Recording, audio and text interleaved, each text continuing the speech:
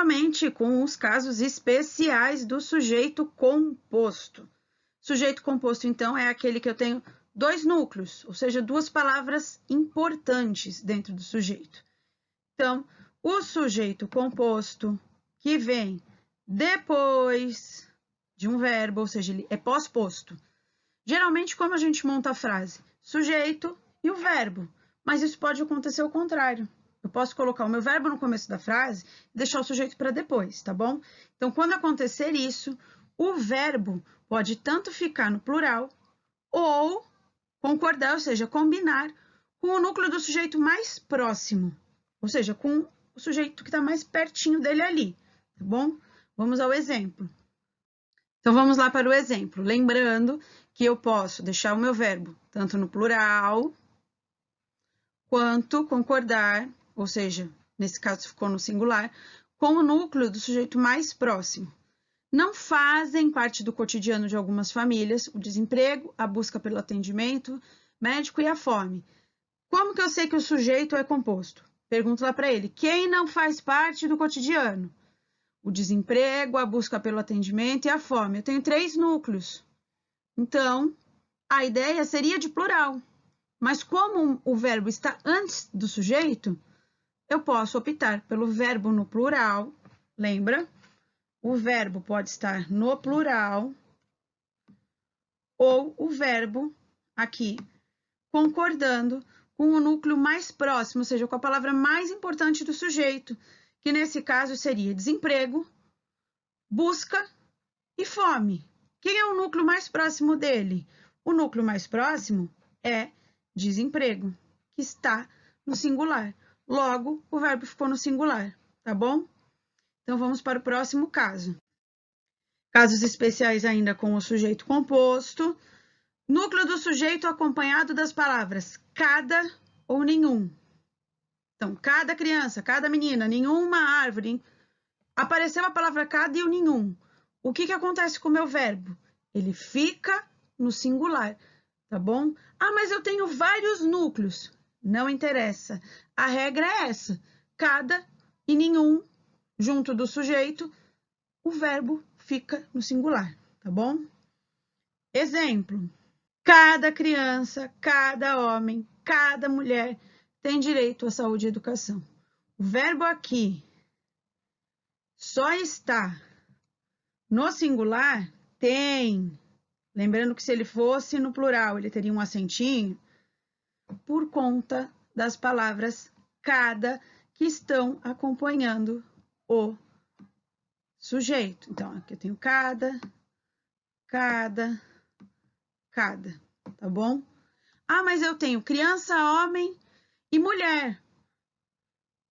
Mas lembra, quando a palavra cada ou a palavra nenhum aparece, verbo no singular, tá?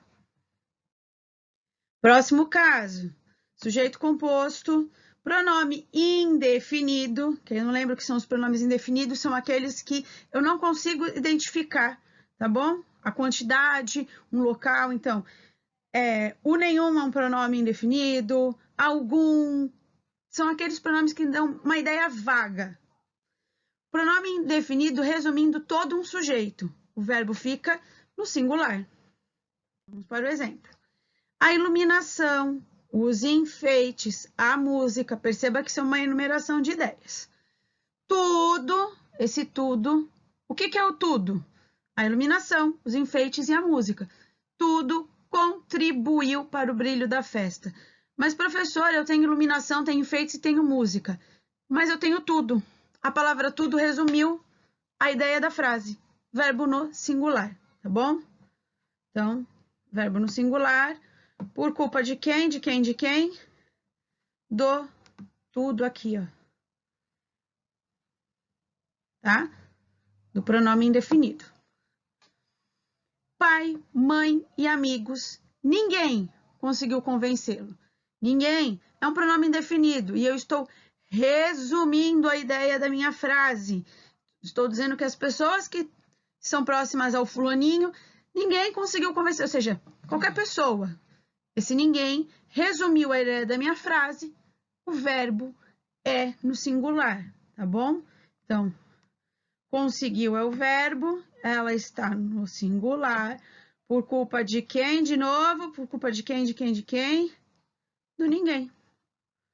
Vou riscar bastante ele aqui, para ficar bem claro, tá bom? Próximo caso. Próximo caso, ainda do sujeito composto. Núcleos do sujeito composto, lembrando, composto, que estejam ligados entre eles pelo conector ou, mas que indicam uma ideia de exclusão, por exemplo, fulaninho ou beltraninho ganharão o concurso. Eu estou excluindo, tá? Eu não posso ter dois ganhadores, tem que excluir alguém. O que vai acontecer com o verbo? Fica no singular. Vamos ao exemplo? A turma A ou a turma B encenará o Alto de Natal. Ou seja, eu não posso ter duas turmas fazendo a mesma ação. Uma ou outra. Isso é ideia de exclusão. Verbo no singular, tá bom? Viviane ou Patrícia, ou uma ou outra, ideia de exclusão, será eleita secretária. Verbo no singular novamente. Brasil ou Japão será campeão mundial. Novamente, eu não posso ter dois campeões, então eu preciso excluir alguém, ideia de exclusão, verbo no singular. Então, para ficar claro, vou grifar aqui, ó. Encenará, será e será de novo. Por culpa de quem, de quem, de quem? Do ou, que dá a ideia de exclusão. E aí a gente entra numa outra categoria agora de verbo, de casos especiais. O verbo ser, ele tem uma categoria só para ele, de tão especial que ele é. Então, sujeito ou predicativo do sujeito. Predicativo é uma qualidade do sujeito, então é uma qualidade do sujeito que aparece onde? No predicado da frase, tá bom? Então, eu tenho sujeito, verbo de ligação e depois o predicativo do sujeito, que é a qualidade desse sujeito.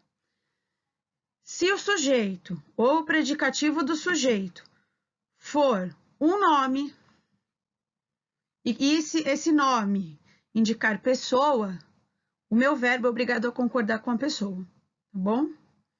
As crianças são a maior riqueza de um país. Então, quem é o meu sujeito? Quem é a maior riqueza de um país? As crianças. As crianças indicam um nome, que esse nome é um substantivo.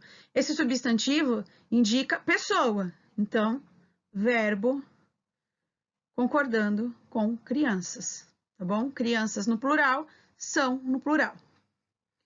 As preocupações da família era aquele jovem. Jovem é um adjetivo, é uma característica, tá? É uma característica aqui da preocupação da família.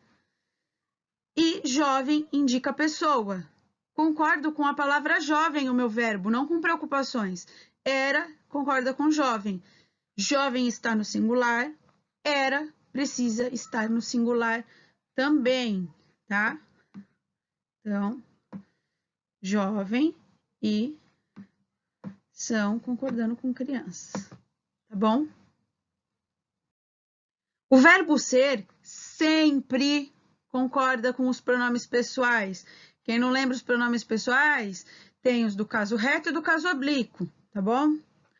O culpado do descaso não éramos nós, eram eles. Nós, pronome pessoal. Eles, pronome pessoal. Éramos, está concordando com quem? Está concordando com o nós. Nós éramos, certo? E aí aqui no eram eles, eram concordando com eles, tá? Nós somos distraídos. Nós, pronome pessoal, somos, verbo concordando com nós. Tudo bem? Tudo certo? Aí sumiu a minha setinha. Deixa eu pôr ela aqui de volta. O verbo ser concorda com o numeral, ou seja, com o número, quando ele indicar hora, distância e data. Faltam 15 minutos para o filme começar. Se fosse falta 1 minuto para o filme começar, Então, faltam, concordando com 15, que está no plural. Hoje são 28 de setembro. 28 está no plural. São, precisa concordar com esse 28. Se fosse dia 1, hoje é 1 de outubro, por exemplo, tá bom? Da minha casa até a pracinha, a distância é de 1 quilômetro. É concordando com 1 quilômetro. Se fosse 10 quilômetros, da minha casa até a pracinha, a distância são 10 quilômetros, tá bom? Então, faltam concordando com o número 15, são concordando com o número 28, e o concordando com esse 1 aqui. Eu vou ter que fazer uma setinha um pouco maior, tá bom? Então, lembra, hora, distância e data, eu vou concordar com o número. Verbo ser sempre fica no singular quando expressões quantitativas, que indicam quantidade. Quais expressões? É muito, é pouco, é demais, é bastante, é tudo. Não me interessa o que vem depois. A regra é essa, o verbo fica no singular. Algumas ações será pouco para consertar todas as injustiças sociais. Mas, professor, ações está no plural, mas a regra é que verbo ser, diante de expressão quantitativa, ele fica no singular. Será, é singular.